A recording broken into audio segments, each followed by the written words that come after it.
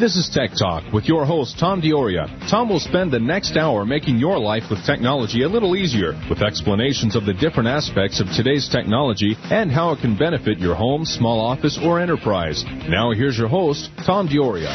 Welcome to IMI-TechTalk on this, the second Sunday of March. It's March 13th, 2011, and we're on at 6 p.m. in the New York listening area because of daylight savings time. But we're still on at 3 p.m. in Arizona because they don't like Ben Franklin and believe in those types of things. And we're live from our New York offices, and we're having one of our favorite guests on the show, Tony Bradley, and we're going to be discussing information lockdown. I'm Tom Dioria. I'm the CEO of Information Methods Incorporated, and together with our weekly guests, our show will help our listeners, whether a business or home technology user, make better use of all aspects of technology. Just in case you're a first-time listener, in our first segment, Tech Talk provides you the review of last week's most significant events in technology. We start with our increased coverage of New York's technology scene, and we follow this with our industry-wide report, which could contain information on conferences, announcements by vendors, new releases of equipment, or new contract opportunities. Then we have a guest following this, and we could be talking about many aspects of business and industry. And if you wish us to consider a topic that we haven't considered before or we haven't had on the show or something that's hot, send an email message to TechTalk, that's TechTalk, at IMI-US.com. We'll get back to you pretty quickly. Anytime after our show introduction, please give us a call, send an email message with questions about today's topic or anything else that we might be able to help you with. You can call 277-KFNX. That's 277-5369. And if you're outside the 602 listening area, call us toll-free at 1-866-536-1100. You can send your email suggestions to that email address I just gave you, techtalk at IMI-US.com. And we're also being simulcast on the web, so if you can't get to your radio, you can tune into our show at KFNX's website, which is 1100kfnx.com. And if you want to listen to a previous show, you can go to the IMI website, which is IMI-US.com. Click on the Tech Talk button in the upper right, and then on the archive button, and all the shows are listed there. You can listen to them there, or you can download them, or email them to your friends. So that's IMI-US.com. So please call in anytime during the show, and we'll get you on as quickly as possible. First segment's how we can review it, our increased coverage of technology events in New York City and around the world. It's compiled by Dan Dioria and Jose Batista, and we just want to send our thoughts and prayers to everybody caught in that tsunami in Japan, and hope that the recovery is fast and they don't have any more repercussions. I guess the hurricane followed by the tsunami, and we were lucky that we didn't get hit too badly in Hawaii and in California, because we certainly could have. Okay, some things we want to cover here. It's interesting, there was a mock disaster evacuation drill in Battery Park City yesterday. It was held at the North Cove Marina. They assembled a team at 2 South End Avenue, and attendance was taken, radios were checked, and traffic and crowd control team was deployed to advise residents, dog walkers, joggers that it was a drill, it wasn't the real thing. Mock casualties were located by a search and rescue team who transported mannequins on stretchers to the Merchants restaurant, which was the triage area for the medical team. The victims were then transported to the marina, where they were placed on board the Captain Chambers vessel, along with animals rescued by the Animal Rescue Team for removal to New Jersey. And if you remember, after 9/11, that was the same routine. All removal victims were mocked, and no animals were off the leash. I wanted to make sure we said that. Here's something that we got from a group called The Giving Effect. They work with over 1,300 charities to get essential items like food and clothes to people in need. And we just got an email from them that they're working hard to get some provisions over to the victims in Japan. But more than 1,300 charities can use the stuff that's cluttering your home. It's time to throw out windows, spruce up your home, get rid of clutter, the emotionally gratifying way donut things you no longer need to causes in your neighborhood or around the country. The Giving Effect, which is www.thegivingeffect.com, is a new website that makes it easy to discover who needs your stuff. Donors browse the site by needs, location, or categories to find a cause, then complete a simple form to arrange a pickup, drop-off, or shipment. Participating organizations include Operation Kid Equip, a non-profit in Royal Oak, Michigan, that provides school supplies, toiletries, and food to tens of thousands of kids in need, the American Cancer Society, the Habitat for Humanity, locations across the country. Hundreds of animal shelters have also listed their needs with the giving effect. These organizations can use almost anything you can spare, from clothes, food, books, to cleaning supplies and lumber. Following your donation, the site generates an easy, shareable web page that describes your gift and who it helped. By sharing the page, donors inspire others to give and thus increase the impact of the donation. Spring cleaning may be a chore, but if you're doing it for a good cause, it will leave you feeling great. So if you can take this to heart, it's www.thegivingeffect.com. Okay. Now, Microsoft is said to pay Nokia more than $1 billion in a deal. How about that? They want to promote and develop Windows-based handsets as part of their smartphone software agreement. According to two people who have some knowledge about what the terms are, Nokia will pay Microsoft a fee for each copy of Windows used in its phones. Costs of that will be offset as Nokia curtails its own budget for software research and development, said one of their people that we talked to. They didn't want us to say who they were, though. The agreement runs for more than 5 years. If it succeeds, the partnership may benefit both sides financially while helping stave off a smartphone threat from Apple Inc. and Google Inc. Nokia shares have dropped 26% since the accord was unveiled in February, reflecting doubts about the move to adopt the operating system from Microsoft. I think it gives Microsoft a little bit more of an edge, but we'll keep an eye on it for you. Under the cell phone industries, this is from CNN Money, under the cell phone industry's peculiar pricing system, downloading data to your smartphone is amazingly cheap unless the data in question happens to be a text message. In that case, the price of downloads jumps roughly 50,000-fold from just a few pennies per megabyte of data to a whopping $1,000 or so per megabyte. Facebook acquired Beluga, a 9-month-old company that built a better and cheaper way to send text messages. Download the Beluga app to your smartphone, and suddenly you can send text to groups of people with one click, along with other handy tricks old-fashioned text messaging software can't handle. The cost of sending text with this improved app is zero. That should scare AT&T, Verizon, and their smaller competitors. Facebook is, at its core, a communications company. The move to acquire Beluga makes this explicit. Beluga puts Facebook squarely into the competition with wireless carriers for the first time. So Beluga-style apps threaten to do the text message business that services like Vonage and Skype have done to the phone industry and what Netflix is doing to the cable TV industry. In each case, upstart communication companies use generic Internet connections to offer old apps in new ways. And finally, computers have certainly aided learning in recent years, but they haven't yet fostered the promised revolution in education that's been discussed for over 40 years. According to Apple co-founder, educator, and all-around geek Steve Wozniak, Woz made the comments during a keynote discussion at Abilene Christian University's Connect Summit last week, discussing his views on the use of technology in education and the need to adapt teaching and learning to be more effective. Education has always been a big part of his life, Wozniak told the crowd. Wozniak also shared some thoughts on how technology can better enhance the learning process, such as what if a computer could be a teacher, he said. Well, if it can play on Jeopardy. Computers can't replace the human element, but they can enable personalized learning that gives students competency. And mobile computing with devices like the iPhone and the iPad have changed things entirely now that you have a computer with you all the time. So I think that was pretty good. We've got to take a break here. The iPad came out, the new iPad came out.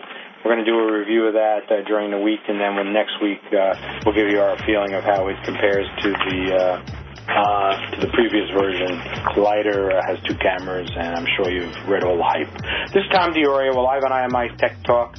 We're going to be back after these messages. We're going to have Tony Bradley talking about information lockdown. It's Sunday, March 13th, 2011. And again, our hearts go out to everybody in Japan. We'll be right back after these messages. Please stay tuned.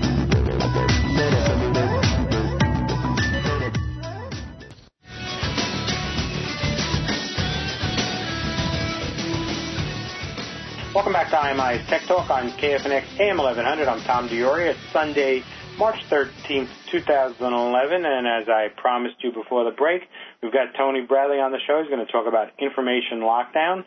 If you're a regular listener, this is going to be a great show, as everyone is with Tony.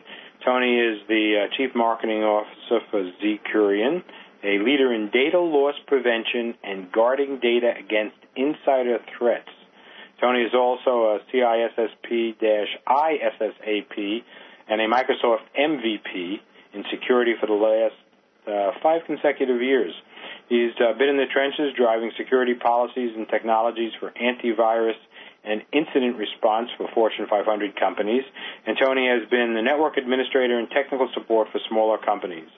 Tony is a prolific writer on technology and information security, topics for a variety of print and online media, and you can follow Tony and Z-Curian on Facebook, www.facebook.com/ZECURION, as well as on Twitter, and it's just ZECURION. Tony, thanks a lot for taking the time to be with us. We always appreciate it. Thank you for having me back on. So it seems like there's a new data breach or major WikiLeaks exposure, using that obvious example, almost daily these days. We've discussed this before with you, but should we give up on trying to protect data? Is it a lost cause? No, I would absolutely say it's not a lost cause. I think there is some shift, though, sort of in what data protection is all about, what privacy is all about. I think the WikiLeaks being an example of where you've got people on one side who considered it a treasonous breach of national security, and people on the other side who considered it a First Amendment celebration of liberty and justice for all. There's room for debate there about what can be exposed, what should be exposed, but it's up to the individual organizations, whether it's, a small company of, 10 or 50 people or the United States government, to define the policies and implement the tools that are going to enforce those policies and protect the data. That's an interesting point. I mean, you can set policies and rules and really strict, but I guess the real question here is, what can you do to actually make sure that they're being complied to? And I guess companies probably aren't aware of what they need to do to keep an eye on protecting that data, with the most stringent rules and whatever they put into place. So what's your experience as to what they should do? I mean, starting at the basic level and then moving up to something to make it, a lot more stringent. First, I'll say, that I think, when you look at social networking in particular, and as organizations have wrestled with what to do about Facebook and what to do about Twitter, and the United States military has kind of gone back and forth on, sort of these draconian lockdowns where where you just say, we're banning it entirely. It's not allowed. We're going to block it. It's not happening. I think those types of draconian approaches, those types of sort of all or nothing, we're just going to lock it down approaches are short-sighted and doomed for failure. Because I think there are some legitimate uses for some of these things. Maybe not for every single employee. Like, everybody in the company doesn't necessarily need to be on Facebook. But Facebook, because it has 500 million plus people on there, and it's a platform for engaging customers and partners and whatever else, there is a legitimate business purpose that can be found there. It's just a matter of monitoring it or limiting it. So I think step one always is going to come down to the company or the IT admin having a policy, because until you've actually sat down down and figured out what are the rules, then you can't really enforce them. You can't say whether or not somebody broke the rules if you never laid a rule out in the first place. Is there some I don't want to call it a manual, but is there some place that a company can go to see at least what the basic rules should be? Does everybody have to reinvent the wheel? Offhand, I don't know. I would say I don't know. I'm not aware of a specific site, but I know that in the past when I've been tasked with, creating policies myself, I've always found Google to be helpful. So, I mean, if you go out and you do a search for, whatever, a data protection policy, an acceptable use policy, you can usually find, some sort of basic template, some sort of basic framework that you can work off of and say, okay, this is what that company did. Now at least I understand, sort of what is involved in the acceptable use policy or the data protection policy. Now I can tweak it and make it mine. So I think that's pretty good advice. I guess there are two types of things we have to watch out for here, I guess. One is internal, one is external. Do you think that by banning access to social networks, they're solving a good part of the problem, or do you feel that that's just touching the surface, or it's going too far? What's your feeling about that? Well, a little bit of all of the above, because I do think that it's going too far, but I also think it's only scratching the surface because, first of all, if you just look at, say, social networking compared with USB thumb drive, as a risk to data, the odds that someone is going to, basically on the USB thumb drive, I can have, 16, 32 gigabytes of data. I can put an entire, customer database with, and all transaction history all on this one little thing that fits in my pocket. That is a much bigger risk from a data perspective than whether or not I accidentally share someone's social security number in a Facebook status update or something. So I think that the potential for mass data breach is lower on social networking. Is there an easy way to, what do I do, stuff something in a USB port so people can't use it, or do they make PCs without USB ports, or do we just set a policy that says don't use a USB? Well, and see that's the trick. That comes back to sort of what the challenge facing organizations, because the flip side to that data breach risk is these USB thumb drives have valid use. I mean, they're convenient. They're it's small. It's nice. There are times where someone might actually need to take 16 gigabytes of information, and being able to stick it in their pocket is a good thing. So you don't want to just have computers without USB ports. You don't want to just block the USB ports altogether. But with Zakurian's approach with our product, Z-Lock, is to provide much more configurable control of that, and to be able to say, Tom is only allowed to use this specific USB thumb drive. So I can give you a USB thumb drive, and I can lock your USB port down so it only works with the exact serial number USB drive that I gave you. So I'm at least limiting my exposure, and I'm making sure that you're not bringing in your USB thumb drive from home and taking data out on that. So there are ways to basically restrict and limit who can use the USB ports, under what circumstances they can use the USB ports, without locking them down entirely. And Z-Lock then also creates a shadow copy of the data that's written to the USB key, or printed or whatever else, so that in the event that there is some sort of data breach, or in the event that it comes to my attention that Tom's doing something suspicious, I can go back and I can look at the audit log and say, okay, I know exactly what data you took. That's a pretty good feature. Hold that thought. We have to take a break. I'd like to talk a little bit more about this shadow copy. This is Tom DiOrio on IMI's Tech Talk on KFNX AM 1100. We're talking to Tony Bradley about information lockdown. It's Sunday, the 13th of March, 2011. We'll be right back after these messages. Please stay tuned.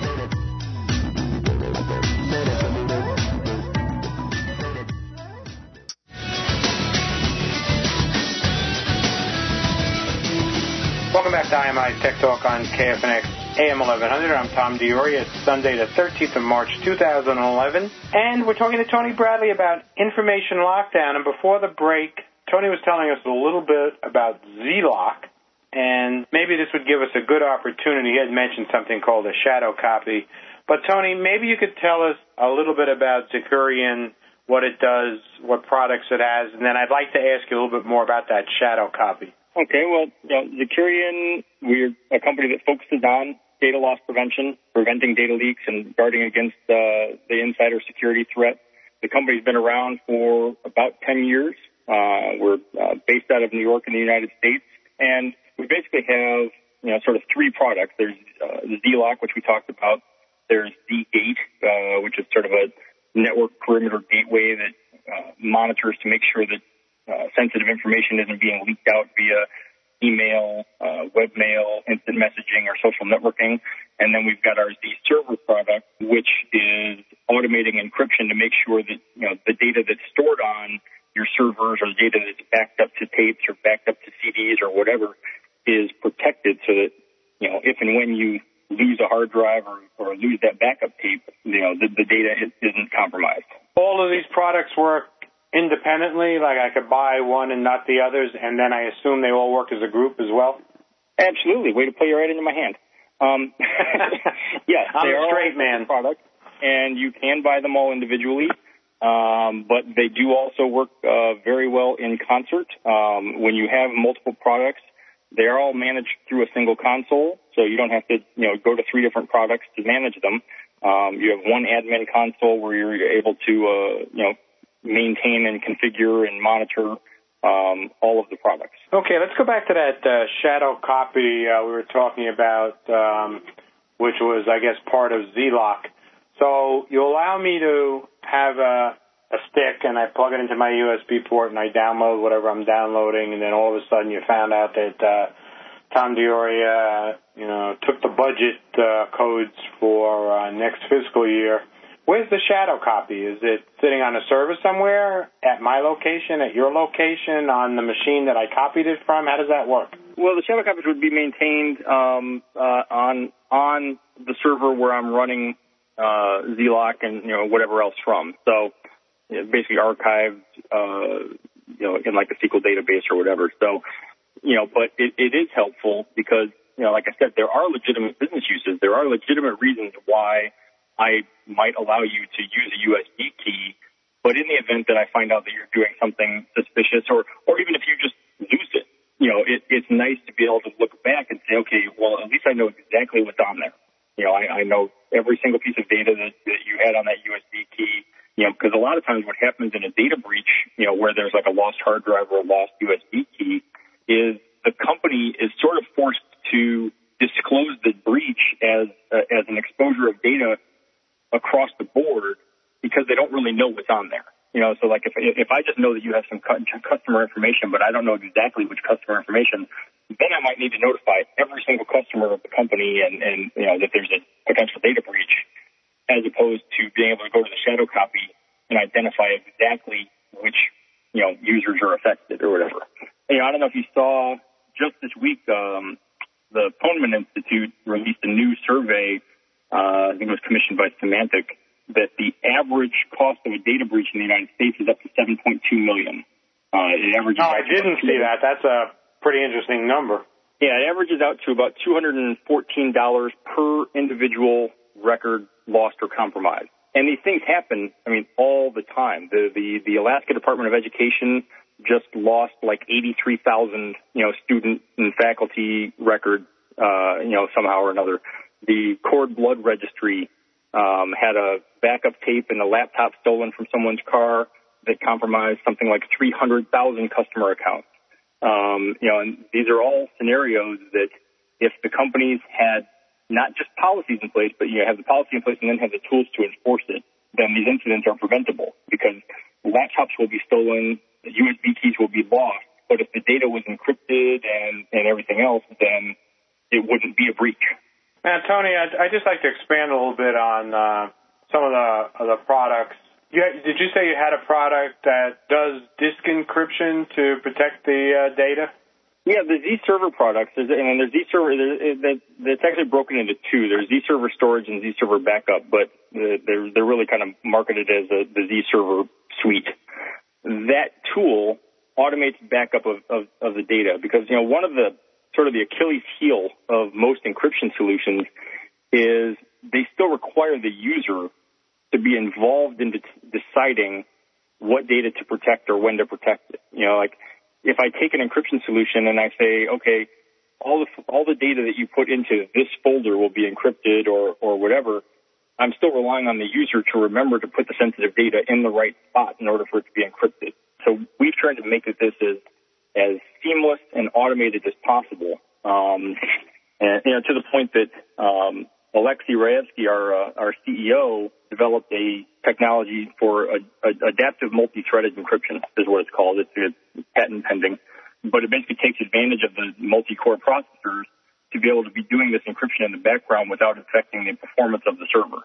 So that's pretty good. Now, is it dependent on specific environment you're in? By that I mean, if I reinstall something in the operating system or upgrade the operating system, am I going to have to do some kind of machinations to get to that or to my encrypted data, or is it, does your product take care of that so I don't have to worry about it? You're going to worry about it?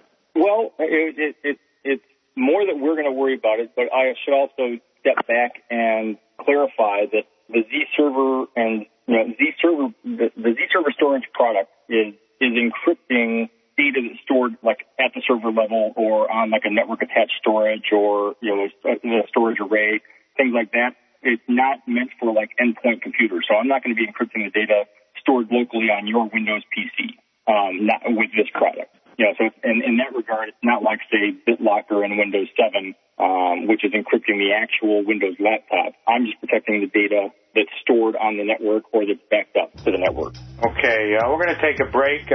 We're talking to Tony Bradley about information lockdown. When we come back, we're going to see how else, what other things you should be doing out there to protect yourself and not be one of those statistics that Tony just mentioned to us. This is Tom DiOrio on IMI-TechTalk. We're on KFNX AM 1100. Please stay tuned. We're going to be right back after these messages.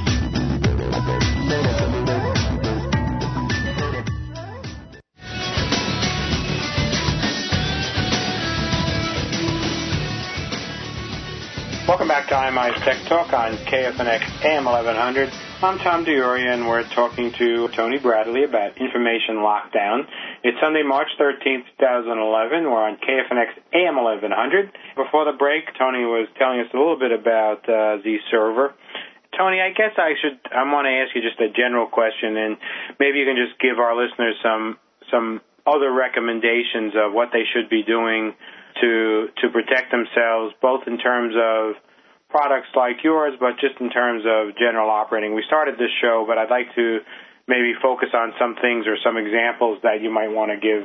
Well, one of the things that I sort of alluded to a minute ago when we were talking about some of the data breach incidents is what I see oftentimes is when a hard drive is lost or someone's laptop is stolen, and the company issues a statement explaining the data breach. Frequently, one of the underlying messages is they say that they actually have a policy that says that data should have been encrypted or that user shouldn't have had that sensitive information on their laptop. They have policies. They're just not being monitored and enforced. And I think that it's important for organizations to realize those two things have to go together. Having tools and software in place isn't going to be very effective without policies, and the policies aren't going to be very effective if there aren't tools in place to monitor and enforce them, because just telling someone not to do that doesn't necessarily prevent it. So it's important to have both of those things in place. In the grand scheme of things, the vast majority of data breach incidents are internal, whether it's on purpose, like the Bradley Manning incident with the U.S. military and WikiLeaks, or just accidental, not following policy and losing a hard drive. Most incidents are a result of internal issues, and according to that Poneman Institute survey that I mentioned, the leading cause of data breach incidents is just negligence. It's not intentional, it's not malware, it's not outside hackers breaking in and stealing your data. It's just users messing up and not following policies and losing data. I didn't realize that. What do you do? Is there a way to protect against that? Yes and no. Again, I think that's where things like ZLock and Zgate come into play. you have a policy that says who's allowed to do what with USB keys and whether or not you're allowed to copy that data. And hopefully your users will follow those policies. But then you also make the proactive investment in a tool like Zgate to monitor the flow of traffic out of your network and make sure that that doesn't happen. And you invest in Zlock and make sure that people aren't putting things on USB keys because, obviously the cost of purchasing solutions from Zecurion is going to vary depending on the size of the organization and the tools that you purchase. But in general, the cost of buying our products and implementing proactive solutions to protect against data leakage is about half of 1% of that average cost of a data breach, according to Poneman. Now, Tony, does that cost vary by the size of the organization, or is every product fixed, or is it seed-oriented? How does that work? Well, I mean, it's going to vary on, it's going to vary some depending on like which products are purchased, and basically, it will vary somewhat on the size of the organization. But again, I can't really give you figures, but I guarantee you that it's significantly cheaper than $7.2 million. Hopefully, most things are cheaper than that.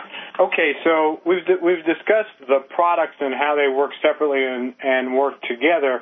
How does a company start the process? Do they bring you in and do you do an analysis for them? Do you tell them where they're most at risk? I mean, how does that whole process start up? Or do they just call you up and say, send me Z server backup and go from there? Do you help them install it? What's the whole process for these companies? And what's a good size for a company? Is it, if a company has 10 servers or 100 employees, is there something where, too small or too big for your company? I wouldn't say that there's a too small or too big. I'd say that our customers tend to be in the medium range. In terms of say 50 to 500 or 1,000 people. Not massive enterprises of the world. But it's not that we can't go smaller or larger. That just happens to be who our market has been. In terms of starting the process, I mean, it's simply a matter of going to Zecurion.com and getting in touch with us. We have dedicated engineers and salespeople who can work with the customer in determining what the needs are and working through how to get that the Zecurion products implemented and configured and everything else to make sure that their data is protected. Now, Tony, one question that we got is that some organizations use Windows security features. I don't want to ask you for a comparison, but why would one want to consider after they've gone through the effort of installing, some Windows product for security to yours, which I would gather from what I've read provide them with a lot more security?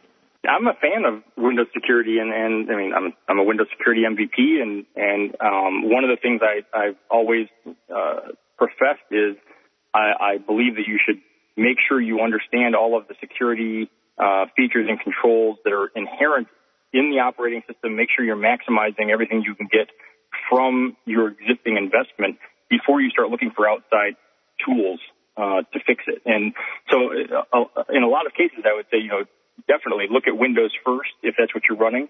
Look at what it's capable of. And there are, sort of data rights management, Windows rights management is a choice, is an option for being able to protect data to an extent. But like all things Microsoft, that exists in a Microsoft-centric world, first of all, and it's not as comprehensive. I mean, the Windows rights management does give me some ability to lock down a file. Like I can send you a document, and I can lock it down so that you can't print it and you can't forward it to someone else, and so I can protect my information that way.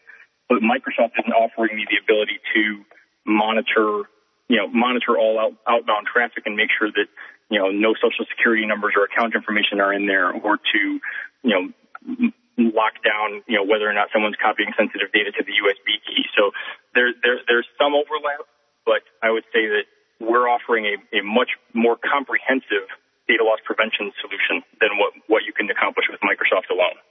Tony, thanks again for being with us. I really appreciate it. Can you tell our listeners, in case they want to follow up, how they can get in touch with you again? Go to www.Decurion, DECURION.com. And as you mentioned in the intro, you can also follow us at facebook.com/Decurion or on Twitter under the Twitter handle of Decurion. So basically, if you just type Decurion somewhere, you'll get in touch with us. Thanks a lot, Tony. I want to thank Terry Ruggiero, IMI's president, Dave Brandon, and Jose Batista and Dan Dioria for our Week in Review. Eric Johnson is our producer. And at the end of the month, we're going to be introducing a new producer to you. Taylor will become a replacement. Eric is going on to better things, but Taylor Redden will be here with us starting. He's already with us now, and he'll take over as producer the end of the month.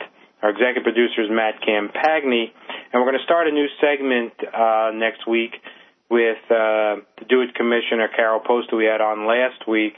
We're going to have a special segment of Inside Do-It every week in the Week in Review, and there we're going to cover some of the interesting things that are happening there for, part of that segment.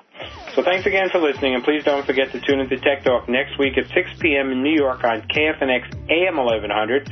Remember to send us your suggestions for future shows or ask us questions by sending an email or message to techtalk@imi-us.com. Have a great week. Thanks again for listening.